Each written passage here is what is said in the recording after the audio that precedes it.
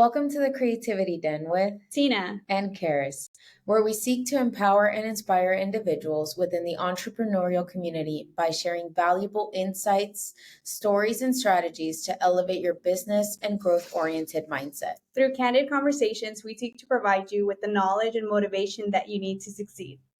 So, Tina, I know that you just came back from a mastermind and you came back fucking hype.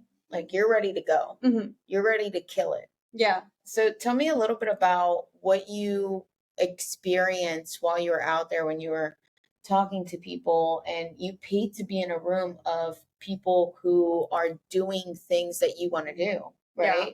How was that? That was absolutely motivating. Just being around these group of people and having these types of conversations, like you don't get these conversations at the bars. You know, you don't really get them on your day to day. So just being Or like at networking there. events?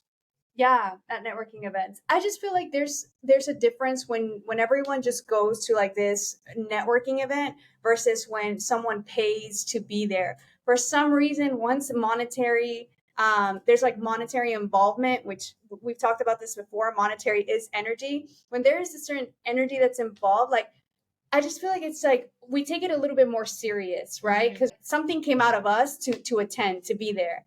So just being in that room with these people that you know are taking it seriously, it was just motivating and exhilarating. And I learned one thing that I know now is that I know a lot more than I think I know. Oh, yeah. Yeah. And so just being there just in general, that's one thing that I took away from that. But also like just seeing how different people are doing this. So just being there with these group of people, I mean, they're doing what I want to do, right? Like I want to have my own real estate company and I want to do exactly what they're doing and I want to have just as much success.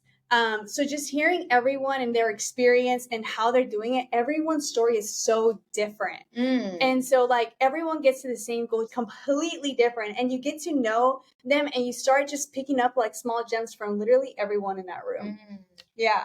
Yeah. So one of the biggest things that you just said right now that stood out to me, and one thing that I'm learning is you don't want to just copy someone outright. Like, don't do exactly what someone else is doing. They are paving success, but you can take something from them and then take a little bit from somebody else and then just create your own thing. What comes to mind is like yellow brick road, like pave your own yellow brick road to success. Yeah. Even like as small as scripts, like everyone has like their own script. Like if you follow someone else's script and it does not come out genuine, whether it's in person or on the phone, you can 100% tell. Yeah. Like it's just kind of like, dude, you're like faking it. It may sound really good on one person, but then somebody else tries to do it and it's like, no, that doesn't work. Yeah, exactly. So you're going to have to like navigate like even like the smallest things of just like talking to people. So it's very, very eye-opening. I met so many people there, like so many. And we all like, for example, one of the guys had like a family emergency and had to leave that night where we were all having dinner. And one of the guys rented the rental car from Turo, which is like you have to return it locally. Yeah. And the other guys, they rented it out through Alamo. So Alamo is nationwide, right? So in order for him to get to the airport and be able to return the car, because the people were sleeping, it was late, they swapped cars.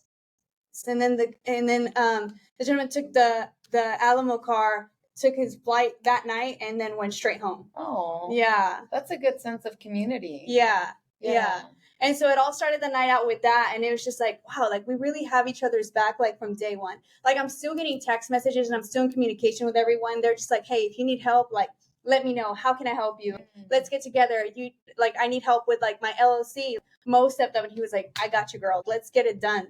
And like, they just share their experience, like absolutely no, like gatekeeping or anything like that. They just pour and pour and pour. And those are the type of people and the type of rooms that I want to be at. Oh, that's so beautiful. I love that. Yeah. I love being in those type of rooms. Yeah. And then us having the ability to do that for others as well, because it's all this like giving and receiving, and God gives us through other people. So then making sure that we also give the same to others. Right.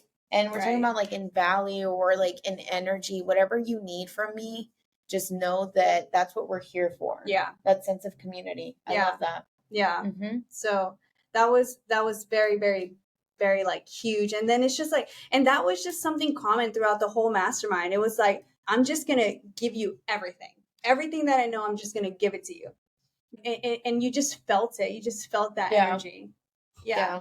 And I think like I spoke with one of my friends today, and it was like, I've spent about over $12,000 in courses and masterminds and coaches. And like, and my friend has spent over $100,000 in just coaches and things like that. It's like, I really do believe that you have to pay to play. Like, to be in these with these type of people, like, you have to give that energy or that even if it's monetary, and then just be in there. And like, when you're in these courses or these masterminds, like those people that you're in the masterminds with, like go to the moon with them, because those are the people that are going to bring you deals, that are going to work with you, that are going to help you. So yeah. Well, money is energy, and so when you exchange that, you're exchanging it for something that you deem to be of value. Yeah. So when you're putting something out there intentionally, then it's when you're most open to receive. Mm-hmm. So let's say, for example, like when you go to a networking event, what I have noticed a lot of the times is that people go there without any specific intention. Yeah. Which is why there's not a great amount of people who are actually doing things. Most of the time, it's like they just want to go out there, connect with people, and drink. Yeah. From what I've experienced. And so you have to have that intention behind why you want to talk to people. Yeah. And you're looking for that one person who's actually doing things. I mean, at that mastermind specifically, there was like, so basically what it was like they give you a business in a box. So everything that's worked for them, they just pour that into you, like from A through Z. Mm-hmm. And so there was a lot of people that there was some people that didn't have a business yet or an operation yet, and were going there to learn. But there was even people from scaling, like from doing like 2 to 3 real estate deals a month to people making millions. Like, and they were there to learn. Like, it's just, I think that's so important about growth, personal development, is that you'd never stop learning. Mm-hmm. Yeah. I think for our happiness, it's best to never stop learning. Yeah. We are not meant to get to a certain level. And I feel a lot of older people have this default where they feel that, oh, I'm old enough. Like, I know it. I know it all already. Like, I have the experience, the wisdom. I've capped off. And there is no such thing as capping off. And including you keep your vitality, you keep your mental health, you keep your emotional, your everything comes back to having that growth. Yeah. Mentally first. As long as you keep up with that, it's what keeps you going. Yeah. That's how important it is, in my opinion. It's that you never stop. Mm-hmm. Mm-hmm. Mm-hmm. I just feel like you don't know what you don't know.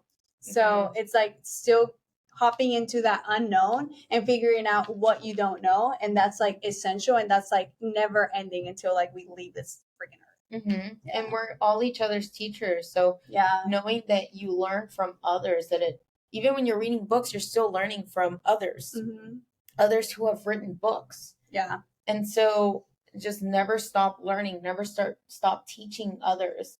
Not everyone is meant to teach, but I love teaching. Like, I love being able to, I feel like I solidify a lot of my information when I'm able to teach it to someone else. Yeah. That's what I'm saying. It's not for everyone, but I know that I work that way. So when I get, one of my biggest joys is like when I'm able to develop others, or when I'm able to teach something to someone that helps them grow. That's where I get my biggest fulfillment, which is how I even got to what I'm doing. It's like following the things that made me happy and knowing that those were my strengths, and then tuning into those strengths and diving in deeper. No, I love that. So we were having a conversation about what you saw in this mastermind, about what it takes to be successful. I was saying that you need to do whatever it takes. You need to do what others aren't doing to be successful. Okay. I do believe that. Yeah. I do believe that. But what I feel is that business has been built by men. And so then it's very, very masculine. It's very much like do, and very much like physical. When I mean physical, I mean like in the 3D, like rather than it being like energetic. Mm-hmm. And for me, what I've experienced is working on your inner will make the outer just come a lot quicker, Yeah. if that makes sense. Yeah, for Because sure. you can work, you can drive from the physical and still get to that success. It's just going to look maybe like it takes more time. Yeah. Rather than if you're driving from energetic, like if you're driving from God leading you or from alignment, then I feel that that reflection appears a lot faster. Yeah. Because our exterior is a reflection of our interior. Yeah. Mm-hmm. I mean, we had this discussion. It's like we've worked really hard to fix our inner, to be here, and to have this friendship. I don't think this friendship was just like willy nilly. We just walked into it. I really do think this is a reward of all the result that we've done in like through our inner work. Mm-hmm. And I love you, by the way. But whenever you're like, oh, well, you just have to work hard and do whatever it takes, and then you'll be successful. And then you're like, well, why isn't that person that worked at this company for 40 years that was never late, always showed up to work, never missed a day? Uh-huh. Why isn't he a millionaire? Why isn't he rich? Well, it's because yes, he worked physically, but you have to work hard, and then you also have to work smart. So the people, and again, you don't know what you don't know, but the people that have worked hard all their lives and still weren't millionaires or billionaires or whatever, it's because they were working hard, but they missed the working smart. So I don't think you should be working like a horse for the rest of your life to reach success. Yeah. I think it's a big mix of both. You work hard and you work smart. Yeah. Mm-hmm. And also, you have to have that heart's desire because it's possible that that person that worked at that company for 40 years maybe just didn't want to. Yeah. I've had people ask me, especially when I started the company and there was a lot of work involved. I'm talking about 12 hours, 13 hours a day. Mm-hmm. I've had someone ask me, well, why are you doing it then if it's stressful? And I'm like, how can you not understand? This is for me. This is something that I'm building. And they just didn't believe or feel the things that I felt about it. Yeah. And so some people just don't want to do that. Yeah. Some people don't, they feel it's too much for them. They don't have the heart's desire. And that's okay. Mm-hmm. But it's not okay for me. Yeah. Yeah. I think I think it has to do with will and desire. Like if you want to, let's say you want to make a lot of money, but your job only pays 40K a year, like are you willing to do what it takes? Are you willing to do more? Maybe get a second job, maybe invest in a hobby and make it a profession. Are you like willing to do that, to do more for yourself to get to that goal or not? And then also it like goes back to like the desire. Maybe you don't even want more than 40,000 a year. Maybe you're okay with 40,000 a year and that's 100% okay. Success looks different for everyone. Yeah. So if you're happy making $40,000 a year, that's fine. But I assure you, you won't be able to afford vacations. You won't be able to. And I think vacations are experiences, and with that kind of income, you won't be able to experience all of these like incredible experience that cost thousands and thousands of dollars because you just can't afford it. But if you're okay with that and you're happy with that, then that's 100% okay. Like maybe you don't wanna travel. Like Maybe it's like not for you or something. I don't get it. Yeah. Yeah. No, yeah. I think I believe that we're here to experience life. And at the end of the day, when we are on our deathbed, how many times do you hear it's not about the money that you made, but money does buy your freedom, money does buy your experience, money. Yeah. It's like they're synonymous. Yeah. And they live in harmony. And Yeah. so when you want to have those experiences, that's why people want freedom, financial freedom. That's why they want freedom of time to be able to have these experiences. Yeah. And those experiences do not come, they come with an exchange of something. Yeah. Which is monetary value. Yeah. And whenever you're on your deathbed and you're looking back, you don't talk about, oh man, I wish I would have, made more money, but you do talk about all the experiences that you took with you. And if those experiences are going to take money, then that's what it's going to take for you to be able to have them. Right. To be able to live life. Yeah. And not just survive, thrive in it. Yeah. I genuinely believe that God has put us here to create, to remember that we are creators. Mm-hmm. That's why we were having this conversation, and where I feel like I have a little bit of controversy is that I don't believe that it has to be that hard, which I understand where you're coming from. Like it Like is hard work. Yeah, like it's going to be hard work if you believe it's hard work. Mm-hmm. But it's possible that it's just perception of like what we deem to be hard to begin with. Yeah. I think that's where the like the different opinions comes in. So if you aren't putting in hard work to get success, what does that look like? What is not putting in hard work look like? But still achieving success. Like, what does that look like? I don't know. That's a tough question. I don't understand it.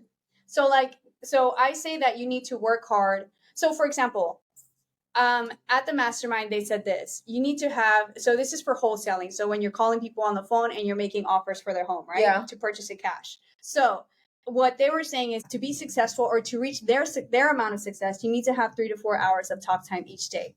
Okay. Right? An average. So 3 to 4 hours of talk time isn't like working 20 hours a day. It's not. You can do 3 hours of talk time like in, I would say maybe like 5 hours, right? Because you got to dial and stuff like that.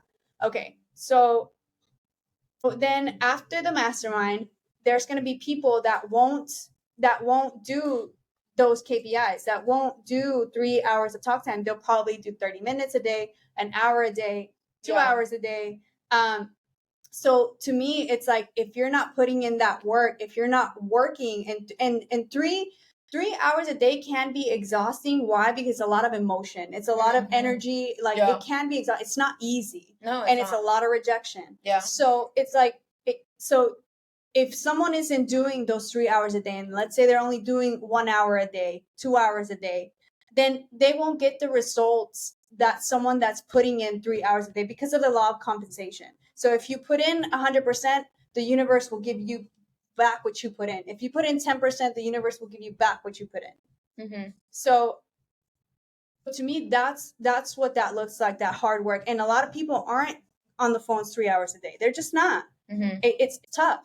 So that's what I know that I need to do, because that's what it takes to get to the next level. Mm-hmm. So if it's more like, okay, you don't need to put in that hard work. So what would that look like for guaranteed success? What does it look like? So you tell me, when you say that you're going to put in 3 hours of work now, when you get to that next level of not 3 hours of work, 3 hours of talk time, what does it look like when you're on the next level? Are you still doing your own calls? Are you still like on the phone for 3 hours making dials? Like once I've closed a lot of deals? Yeah, once you get to what you perceive to be your next level. So yeah, I would scale my business. So once I've done 3 hours of talk time and I have successfully closed numerous deals and I've made money, right? So after that, then I would scale. So I would train someone to be on the phones, and I'd do something else in the business and just keep scaling up. Mm-hmm. Yeah. And then there's going to be a point where after my business is scaled, everything's working fine, it's running itself, it's a machine, then I'll go into, for me, my plan is to go into investing, like investing into multifamily, commercial, and all that good stuff. Mm-hmm. And then it'll just keep going up after that. Mm-hmm. So I guess for me, it's I have put in a lot of the work, but then I do love to leverage people. Mm-hmm. And I am very blessed to have amazing people on my team that are very capable of doing a lot of things because they're so intelligent. So I'm able to hand things off to them knowing that they're going to take care of it. And I guess that's where the smarter work comes in. Yeah. But then me having to focus, like right now, one of my biggest challenges in business, it's not running the day-to-day because I have people to do the day-to-day. Mm-hmm. It is scaling the business in terms of bringing in more clients through marketing. And so now I'm at a point where I'm focusing on building my audience on Instagram. Yeah. And that takes a lot of my energy because now it's like I'm kind of torn in between do I call more people, or do I put in like all my energy into like learning everything about marketing? So I would do both. Yeah. So during the work day, I'd call a bunch of fucking people, and then after the work day, it's kind of like having two jobs. It's like at least dedicate 1 to 2 hours to learning about marketing and growing your social, and all of that. I think it should, for me, it would be like I would do it like that. It'd be like 2 jobs until I get the hang of it, and then I can do it as one job. What do you mean by do it as one job? Because then you'll be really good at social media, and all of a sudden it'll just come natural. Before you make a call, maybe early in the morning, post, whatever you got to post. Yeah. Because I definitely feel like it's more than 2 hours, Tina. A day For marketing? Yeah. For learning marketing? It's because we're not just talking about like, oh, let me like create some content and then slap it on there. Yeah. Because it takes a lot more of, I feel like, psychology in a sense. Yeah. To understand what kind of audience you're marketing to. What is it that hooks them in? What is it that you're going to provide value for? Because it's a lot of like give value, Yeah. and you're not asking for anything in return. Right. Until it comes to a point where it might be like give, then ask. Mm-hmm. But it takes it's so many moving parts to marketing that it really is more than I feel 2 hours. Well, so it's consecutive, right? So you'll be 2 hours. So imagine 2 hours a day for 365 days. Like building up. Yeah. So, and then like you'll obviously get better at it, and then you'll know how to implement it more and more and more. It'll just come easier because now you know what you know how to do it. Yeah. Yeah. It's a bitch. I drag my feet a lot on when it. Yeah. It's a lot. I mean, even doing this, it takes a good chunk of our Sunday. Yeah. I mean, it's not a bad thing. I love doing it, but at the same time, it is a big chunk of it, and that's the reality. But it's just kind of like we do this every Sunday, and I don't know about y'all, but I think like we're getting a little bit better, like as far as like the flow, as far as us staying on track. So things like that, and now like again, we do it consecutively. That now we have more plans, right? So our plan is to get out of the office and go into something that's more like us. Yeah. Now we're investing money into it, right? Yeah. We're buying signs, we're buying microphones, we're going to move to a different location, like, and it's like from us just doing it a couple hours a week. Yeah. Mm-hmm. Yeah. So I was saying this today is that anything that you want to get better at takes practice. Mm-hmm. It doesn't just come overnight. And a lot of the time we expect it to be overnight, but I do believe that we're even going to find our sweet spot as time comes by. I don't think our sweet spot is this. Like, it's not it. Yeah. We're finding it through time, is what I'm saying.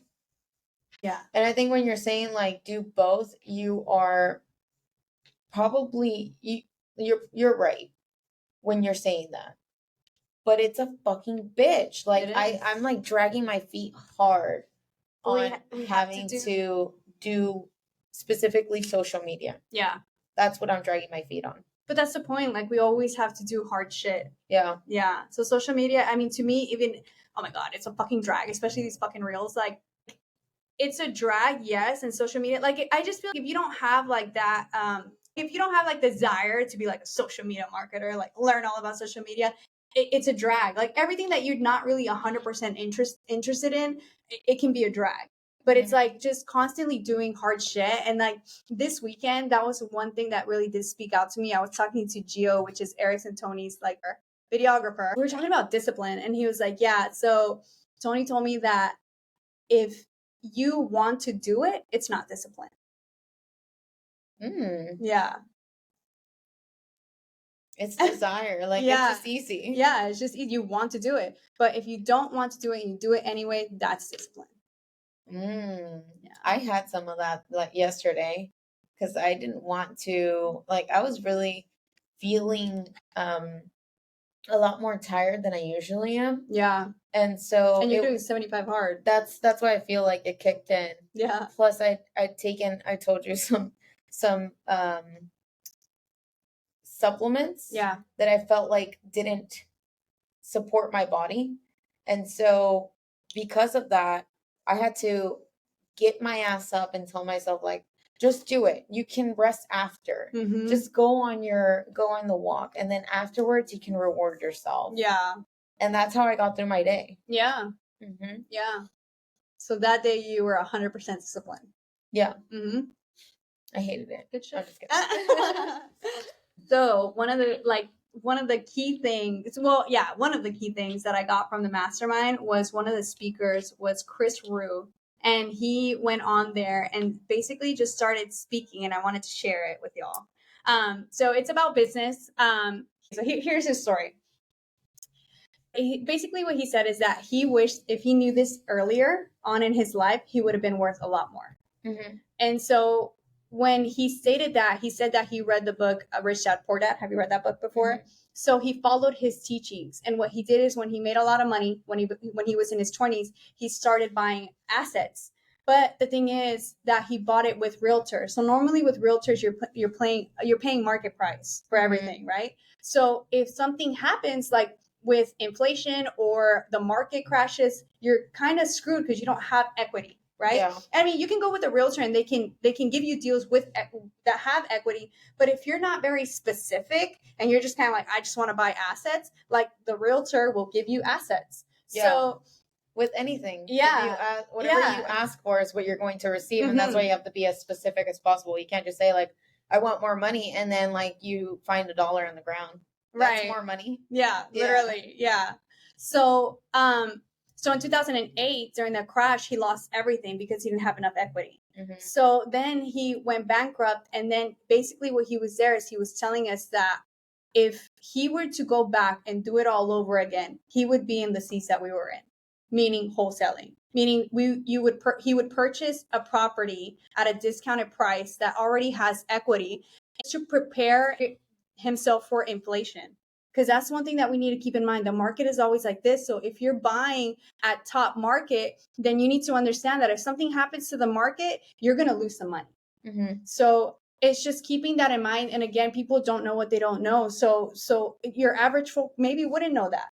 So basically what he ran through is like how building a business and where he would start and how he would, what he called graduate. So the first one is like going to like elementary school, right? And that's wholesaling. So wholesaling, for those of you that don't know, you don't need money out of pocket. You just, you do for marketing, right? But essentially to buy a property, you just get them on the contract and you give that contract to an investor, and the investor is the one that brings in the money. Mm-hmm. So that's how he would start off with wholesaling. Mm-hmm. And then after he's gotten some money from the deals, he'll keep some of his deals that are really, really good deals. And then that's when he would go to junior high. And then he'll start wholesaling and flipping. So wholesaling, it's like whenever there's a property that just needs a little love, just a little bit, just a little lipstick. I love how you said a little love. Most of the time when you're an investor, you get in some occasions, a pretty massive profit, more than a wholesaler. So then you'll start doing that and you'll start generating more profit. And then college, because you put in a little bit of love and then you put it on the market on the MLS. Yeah, and then you sell it for a lot more. Mm-hmm. And then you graduate from there, and then you buy and holds. So buy and holds, but again, it's buy and holds with equity in them. Mm-hmm. And with equity in them, it's just so you can protect yourself in case anything were to happen. Mm-hmm. And so then what he called you store of value. So that's basically what that is. And then after that, you graduate to become a professor, and now you're in land development. Mm-hmm. So now you're buying acres and acres of land. And then after that, you're building either multifamily, commercial properties, apartments. Now you're in the big boy money. And then after that, you graduate to become what he calls a legend. Is what you graduate to become a legend, and that's when you own your own bank. Mm. Yeah. So now you're like raising private money. So yeah, those are his steps. So I did want to share that because I was like, wow, that's fucking massive. Yeah. No, and that's great because then it gives you a blueprint. But like you said, it allows you to take a little bit of what will benefit you. And at least now you know that when you're going to anything, having some sort of equity. Yeah. Because you don't know what can happen with the market. Yeah. And we've been hearing this for forever, that the market is not good.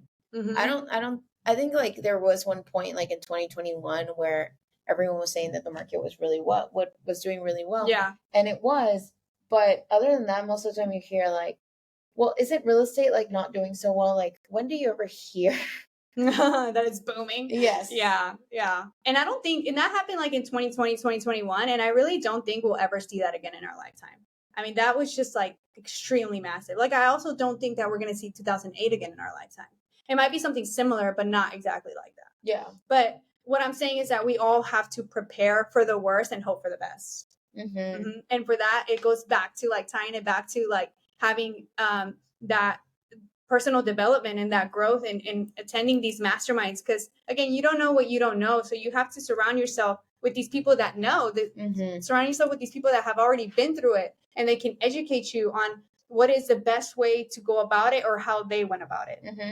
Well, let's say that, like you said earlier, you could, you said he lost everything.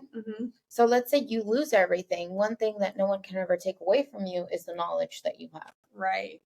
And so if you acquire enough knowledge, it doesn't matter what you go through and what your experiences are, you'll always have the ability and the knowledge to rebuild. Yeah.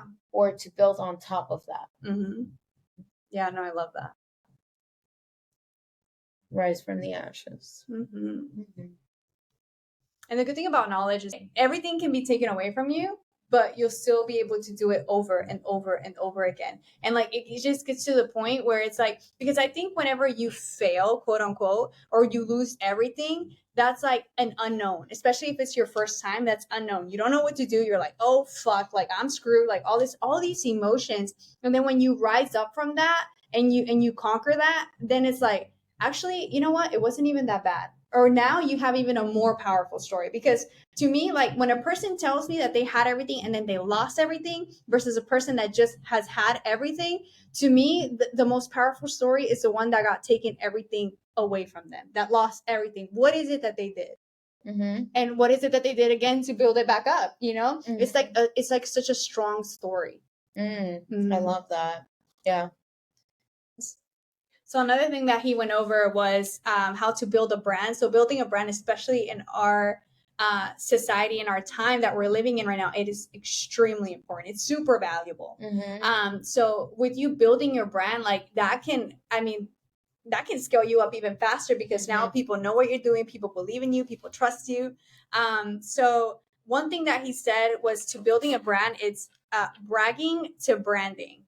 Okay. Yeah. What does bragging to branding mean? Meaning, like, for example, if we're in real estate, right? Yeah. So let's say we close a deal and we made $30,000 off this deal. So we go on Facebook Live or we go on Instagram. We're like, hey guys, I just closed on this deal and made $30,000.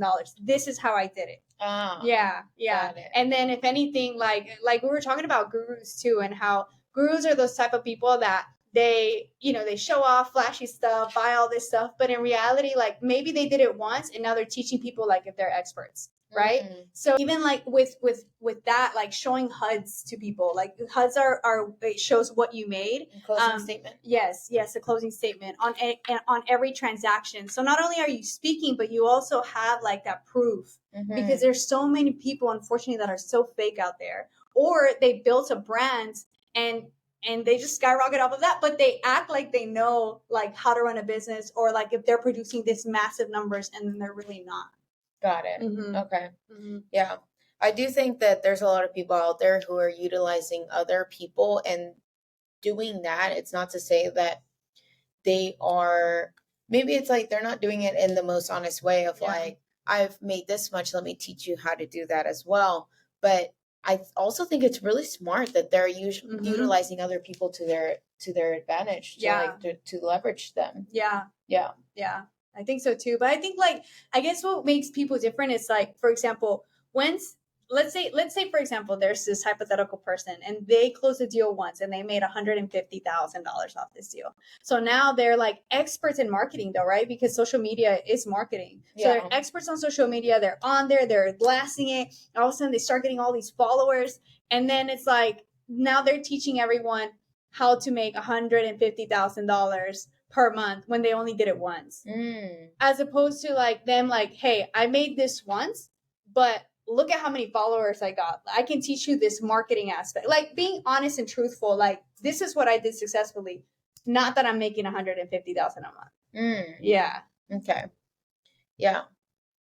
So being honest and transparent. Yeah. transparent. Yeah. I love that. I think it's very important to be transparent. Absolutely. That way you're following the right type of people that are in alignment with your core values. Yeah. I love how you said pay to play. Mm-hmm. Because when you are in these rooms where you have paid for knowledge, you end up running into a lot of people who are doing a lot of things. Yeah. Who are the real deal. Mm-hmm.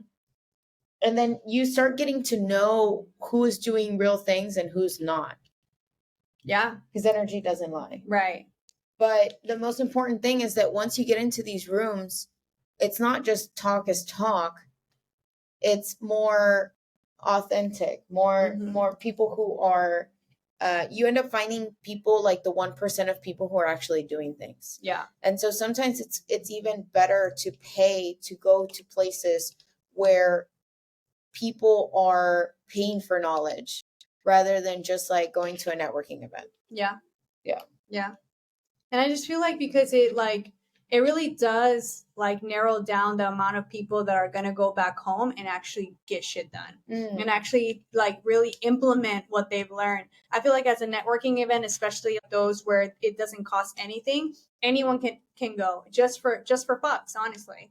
But it's like when you have that intention, like, hey, I paid something, I'm going there to learn. I would say like out of 100 people, maybe only 30 people are going to go back home and implement something, and only maybe 10 people are really going to go and fucking implement everything. Right. So it's like, but that narrows it down a lot when, bless you. Thank you. It narrows it down a lot when you actually like pay and be there with these people that are actually doing things, as opposed to like just anyone coming just because. Just for fucks. Yeah. So yeah, it really does make a difference. And I feel like a lot of people have this thing where it's like, and honestly, I felt this before. It's like, well, why would I pay for this if there's YouTube Academy that's free and things like that? Well, yes, it's true, but there's something about just being there and just being like that one-on-one to these people that are actually doing it that is just like very, very impactful. And then another thing is like there's some people like myself, like I spent $5,000 on a course, on an Airbnb course, right? That I never fucking use. And like the thing is, like I went through the whole course and it's a great course. I'm not like dogging on it, but Airbnb isn't for me. It isn't for me. But I could have just been like, man, I spent $5,000 and this isn't for me. You know what? Like I'm just not going to get into real estate. This mastermind cost $5,000. So with this mastermind, I felt like I got like literally the business in a box. This is what I needed. So imagine if a year ago I would have been like discouraged and be like, you know what, I just spent $5,000. I'm never doing this again. And I didn't spend the money on this mastermind. Shit. You know? Yeah. Yeah. I love that. Yeah. So it's like you have to take your L's and you have to understand like not everything is going to be for you. But one thing that I did get from that course, believe it or not, is a friendship. The closer that closed me, him and I are still friends on Instagram and we check up on each other all the time. He's crushing it in Airbnb, dude. Crushing it. And like we're still connect. That was worth $5,000. The relationships that you've built, but also in the future, you don't know if you're going to need that Airbnb course again. Yeah. Like, what if right now it wasn't for you, but that doesn't mean that one day you won't be able to implement some of those things that you have on that course. Yeah. Because Airbnbs are definitely, as far as like real estate investing, it's definitely an exit strategy. 100%. And I learned a lot. Yeah. It's just not something that I would do 100% because I like wholesaling. Yeah. No, and it's good to know what you like and then dive into the things that you like. Right. But how you found what you like was by doing new things. Yeah. And a lot of the times people are afraid to do new things. Yeah. Why? I think it just comes down to like the unknown. Like you don't know what you don't know, and like diving into these unknown things is fucking hard. It's hard because of that voice in your head. We're comfortable here. Why do that? Why do that? Yeah. And you negotiate with yourself. The less you negotiate and the more you jump into the unknown, the more success you'll have. Yeah.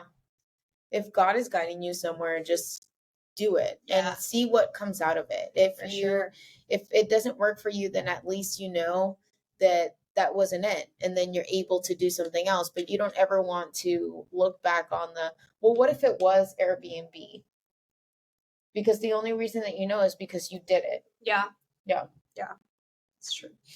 No regrets. Not even a single letter. I love that. So all in all, it pays to play. Join these masterminds. Be surrounded by the 1%. Be surrounded by the people that are doing what you want and what you want out of life. Don't settle. Keep jumping into that unknown. And yeah, we'll see you on the next episode.